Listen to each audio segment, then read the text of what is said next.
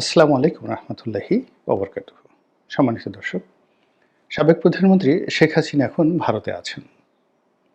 আমরা যত নিকৃষ্টভাবে তার কথা বলি না কেন, তিনি পালিয়ে গেছেন এবং আমাদের যে মিডিয়াগুলো যখনই তার ব্যাপারে কোনো খবর বলতে চায়, প্রকাশ করতে চায় এবং সে খবর যাকে বলা হয় যদি ৩০ সেকেন্ডের একটি খবর হয়, সেটিকে ৩ মিনিটে টেনে নেওয়া হয় এবং ৩ মিনিটের মধ্যে বলতে গেলে ২ মিনিটই সেই দৃশ্য দেখানো হয় যে তিনি হেলিকপ্টারে করে বাংলাদেশ থেকে চলে যাচ্ছেন, পালিয়ে চলে যাচ্ছেন।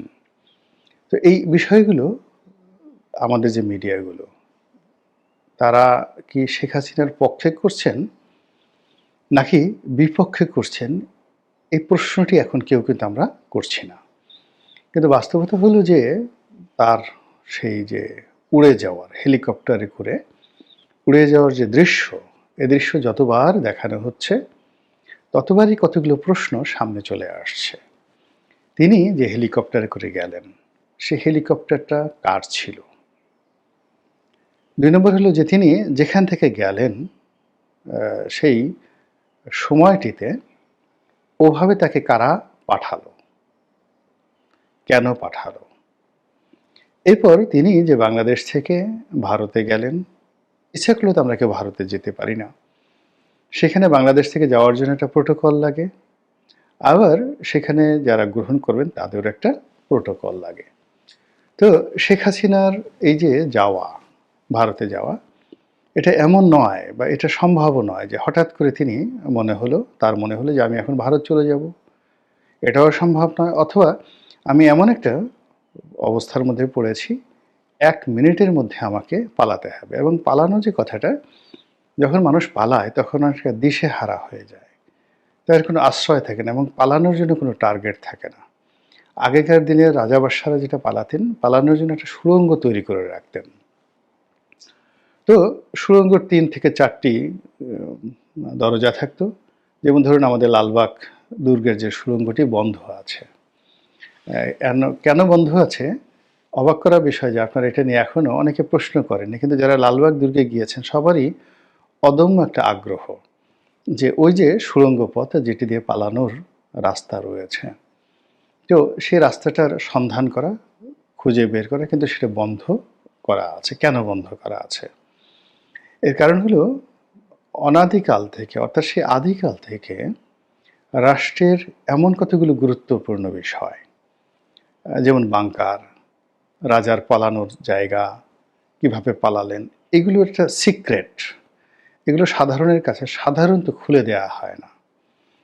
পৃথিবীর সব রাজপ্রাসাদে পালানোর জায়গা কিন্তু ছিল। সুলতান সুলেমানের প্রাসাদে ছিল, মুঘলদের যে লালকেল্লা সেখানে ছিল, তারপর বাংলাদেশের সকল প্রাসাদগুলোতে ছিল, সকল কেল্লাতে ছিল। কিন্তু এগুলো কোনো অবস্থাতেই জনগণের জন্য উন্মুক্ত করে দেয়া হয় না। এর কারণ হলো পালানের যে নিয়ম, কানুন এবং কৌশল, সেই ১০,০০০ বছর আগের রাজারও যা ছিল, এখনকার যে রাজা তাদেরও কিন্তু ঠিক একই, কোনো ১৯-২০ হয়নি।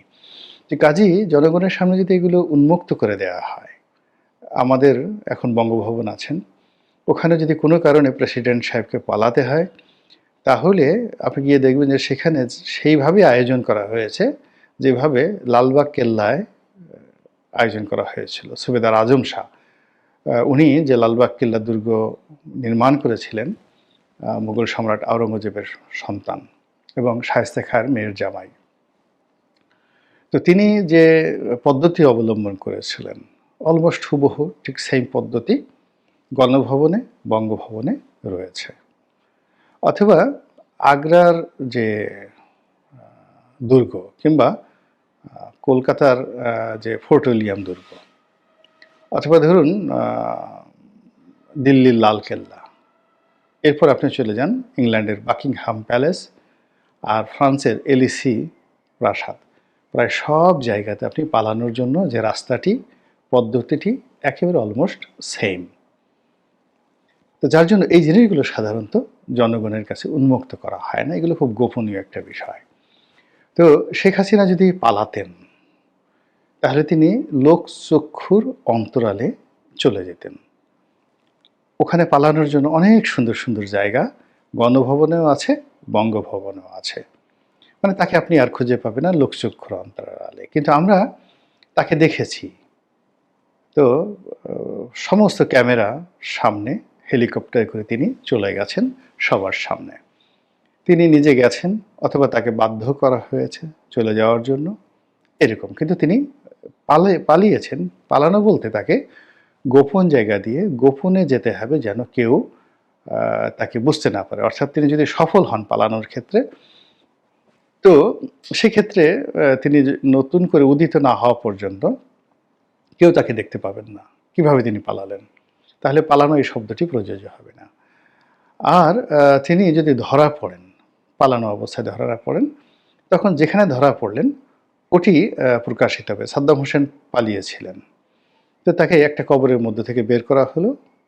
তারপরে আ গাদ্দাফি পালিয়েছিলেন। তাকে একটা পরিত্যক্ত বাড়ির মধ্যে থেকে বের করা হয়েছিল।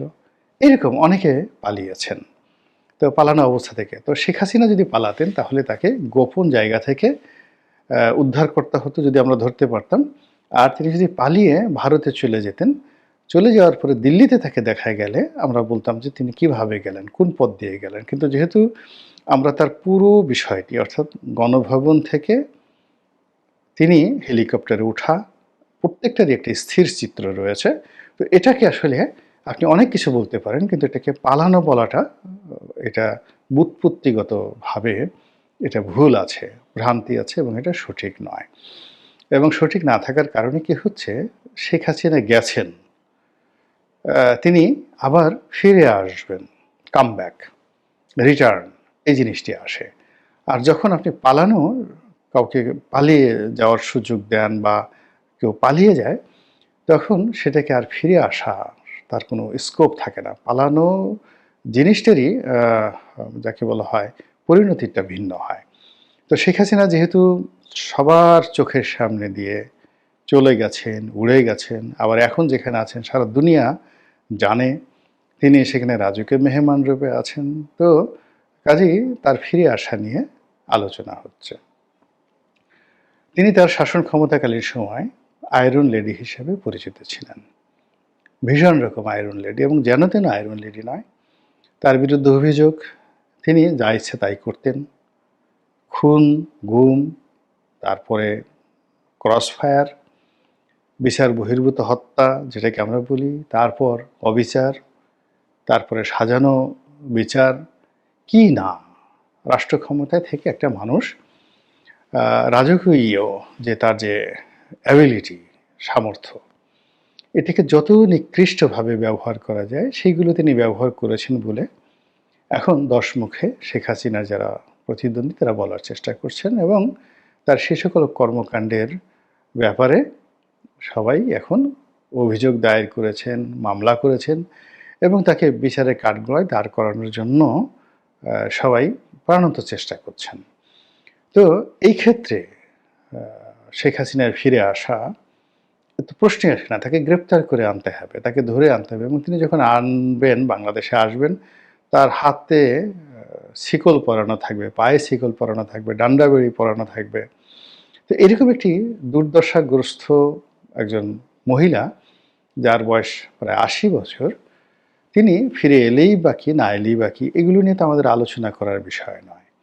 কিন্তু তিনি যখনই কোনো একটা টেলিফোনে তার এক কর্মীর সঙ্গে কথা বলে যে আমি আসছি সীমান্তের কাছাকাছি, অমনি আমাদের অনেকের হৃৎপিণ্ডের মধ্যে ধক ধক শুরু হয়ে যায়।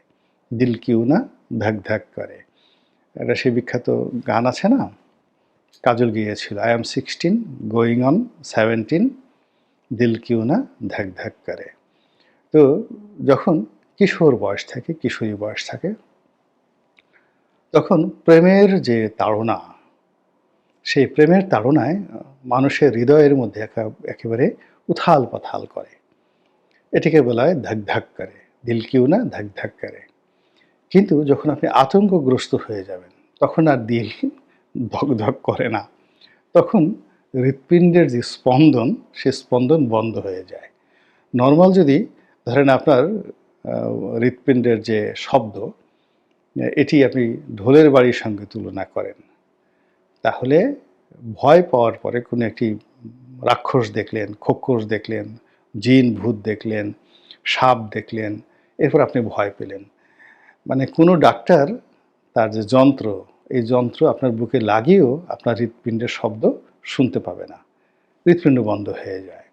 এখন শেখ হাসিনা যখন আসবে বাংলাদেশে, যদি আমরা বিজয়ী হতাম বা আমরা যদি সুবিধাজনক অবস্থানে থাকতাম, তাহলে আমাদের ওই হৃদয়ের মধ্যে দিল কেউ না ধাক ধাক করে যে আমরা এখন তাকে পেয়েছি, তাকে বিচার করব। আগেকার দিনে এরকম হতো, মানুষকে শুলে চড়ানো হতো, হাজার হাজার মানুষের দৃশ্য দেখতো, তারপরে মানুষকে ফাঁসি দেওয়া হতো, বড় বড় রাজাকে সেই শিকলবন্দি করে প্রকাশ্য দরবারে এনে তাকে বিচার করা হতো। তো এই জিনিসগুলো মানুষ উৎসুকজনতা দেখতো। অনেক বড় বড় রাজকুমারকে তারা বাঘের সামনে ফেলে দেওয়া হতো, সিংহের সামনে ফেলে দেওয়া হতো। আর সেই কলোসিয়ামে গিয়ে, রোমান কলোসিয়াম, সেখানে গিয়ে হাজার হাজার মানুষ সে দৃশ্য দেখে সেই দিল কিউ না ধাক ধাক ভীষণ রকম আনন্দ পেত। তো শেখ হাসিনা বাংলাদেশে আসবেন বা তাকে আনা হবে, এ দৃশ্য কল্পনা করলে আমাদের মনে তখনই আনন্দ হবে যখন আমরা একেবারে 100% কনফার্ম হব যে আমরা বিজয়ী হয়েছি এবং শেখ হাসিনা দুর্বল, সে আমাদের কিছুই করতে পারবে না। কিন্তু যখন তার আসার শব্দ আমরা শুনি, অমনি আমাদের অনেকের সেই হৃৎপিণ্ড বন্ধ হয়ে যায়, অনেকে উত্তেজিত হয়ে যান, গালাগাল করেন, এবং গালাগাল সবসময় দুর্বলের ভাষা। কখনো গালাগালি কোনো ভদ্রজনের ভাষা হয় না। গালাগাল করে কেউ কখনো জীবনে জয়লাভ করেনি। কোনো শক্তিশালী মানুষ পৃথিবীতে কখনো গালাগাল দেয়নি। প্রকৃতিতেও দেখবেন যে শক্তিশালী যারা প্রাণী তারা হুঙ্কার দেয়, কিন্তু গালাগাল দেয় না। গালাগাল যারা দেয়, গালাগালি সাধারণত খুব নিম্ন শ্রেণীর যারা প্রাণী, এরা সারাদিন শুধু গালাগাল করতে থাকে। সে মশা, মাছি, এই সারাক্ষণ মশা যে ভন ভন করে, মাছি ভন ভন করে, মশা পন পন করে। তো এই জিনিসগুলো প্রকৃতির, এরা খুব নিচু স্তরের প্রাণী, আপনাকে শুধুই ডিস্টার্ব করে। তো যখন শেখ হাসিনার আসার কথা শুনে কেউ অশ্লীল শব্দ উচ্চারণ করে, তাকে কুরুচিপূর্ণ ভাষায় গালাগাল করে, ইট মিনস সে তার যে বিরক্তি এবং সে তার ভয়, সে তার আতঙ্ক, কোনো কিছু সে আর চেপে রাখতে পারছে না। বা তার পায়ের যে আমরা যে হিন্দিতে বলি দিল কি ওনার ধাক ধাক করে, তো তার অবস্থা হয়ে যায় যে ওই তার যে ঠ্যাং ধাক ধাক করে কাঁপতে থাকে, ঠক ঠক করে কাঁপতে থাকে, হাত পা ঠক ঠক করে কাঁপতে থাকে। এবং সেগুলো লুকোনোর জন্য আমরা কি করি, আমাদের শীতের মধ্যে যখন খুব, যাকে বলা হয় এই দাঁতে দাঁতে ঠক ঠক করে শব্দ হয়, তখন আমরা সেগুলো ঢেকে রাখার জন্য কি অবস্থা করি, গরম কাপড় দেওয়া চাপিয়ে থাকি, নিজেরা কাঁপতে থাকি, এরকম একটা ভাবসাব। তো এরকম শেখ হাসিনার আসার কথা শুনে যারা গালাগাল দেন, তারপরে যারা বাজে শব্দ উচ্চারণ করেন, হুঙ্কার দেন, হ্যাং করেঙ্গা ত্যাং করেঙ্গা, লাঠিকা আন্দার মুগুর ভরেঙ্গা, এই সমস্ত কথাবার্তা বললেন, এগুলো মূলত এক ধরনের দুর্বলতা, অস্থিরতার যে অবস্থা। তো যাক, এনিওয়ে, এখন শেখ হাসিনা আসবেন কি আসবেন না এটা পরের ব্যাপার। কিন্তু আমরা যেভাবে তাকে নিয়ে আলোচনা করছি এবং যেভাবে তার আসার জন্য পথ সৃষ্টি করছি, এবং সত্যিই যদি কোনোভাবে সে এসে পড়েন বাংলাদেশে, টুস করে ঢুকে পড়েন, তাহলে প্রথম দর্শনেই দেখা যাচ্ছে যে আমাদের মধ্যে যারা দুর্বল চিত্তের মানুষ, তাদের কি হবে একমাত্র আল্লাহ রাব্বুল আলামিন জানেন। এবং মানুষের ভয় কোন পর্যায়ে থাকে, শেখ হাসিনার আমলে আমি তো লিখতাম বাংলাদেশ প্রতিদিনে, তাকে সমালোচনা করে লিখতাম। এখন বাংলাদেশের খুব নামকরা একজন সম্পাদক, একসময় তার যে সম্পাদক কাম মালিক, গ্রুপ অফ পাবলিকেশন, বাংলাদেশের মধ্যে সবচেয়ে বড় পাবলিকেশন হাউস ছিল তার। তো আমি সেখানে চাকরি করতাম একসময়। তো আমার সেই বস, তিনি ফোন করলেন যে, বাবা রনি, তুমি তো লেখো, আমি কয়েকদিন পড়ছি, তো তোমার এই লেখা পড়ে আমার এতটা ভয় লাগে, আমি আর পরে আর ওই লেখাগুলো পড়তেও সাহস পাই না, যে আমি যে এই লেখাগুলো পড়ছি এটা যদি কেউ জেনে যায় তাহলে না জানি আমার কি হবে। তো এই হলো মানুষের ভয়ের সংস্কৃতি। এখন শেখ হাসিনার জীবনের সফলতা হলো, তার অনেক ব্যর্থতা থাকতে পারে, সফলতা হলো যে সে এখনো পর্যন্ত সুদূর প্রবাসে থেকে আমাদেরকে ভয় দেখাতে পারছেন, ভীষণ রকম ভয় দেখাতে পারছেন এবং আমরা এই ভয়ের কারণে তার আশা নিয়ে, তার ঢুকে পড়া নিয়ে কল্পনা করছি এবং তিনি যদি আসেন তাহলে আমাদের কার গালের চামড়া, কার পিঠের চামড়া কীভাবে কী হবে, নতুন মামলা মোকদ্দমা কেমন হবে, তারপরে আবার তার যারা হারিয়ে যাওয়া সেই সিপাহ সালার থেকে শুরু করে অন্যান্য যারা আছেন তারা আবার কি করে ক্ষমতার পাদপীঠে আসবেন, এই বিষয়গুলো নিয়ে আমরা চিন্তাভাবনা করি। আর খিল লাগিয়ে মানে প্রচণ্ড ভয়ে খিল লাগিয়ে নিজেদের ঘরের মধ্যে আর্তচিৎকার করতে থাকি। কিন্তু এটা কোনো বিজয়ের লক্ষণ না। যিনি বিজয়ী হবেন তার সকল দরজা খোলা থাকবে, আর যিনি পরাজিত হবেন তিনি বিজয়ীদেরকে ভয় পাবেন। বিজয়ীরা কখনো ভয় পায় না, ভয় সবসময় পরাজিতরা পায়। তো কাজেই আমরা যে বিজয় অর্জন করেছি এটাকে আগে হৃদয়ঙ্গম করতে হবে, এই বিজয়টাকে সেলিব্রেট করতে হবে। আমরা যে সত্যিকার বিজয়ী হয়েছি এটা আমাদের চোখে, মুখে, ঠোঁটে, হৃদয়ে, অন্তরে সব জায়গাতে এই যে বিজয়ের যে স্মৃতিচিহ্ন এটা আঁকতে হবে। এবং যখন আমরা এই কাজগুলো করতে থাকব, আলটিমেটলি যদি শেখ হাসিনা পরাজিত হন তাহলে তিনি আমাদেরকে ভয় পাবেন।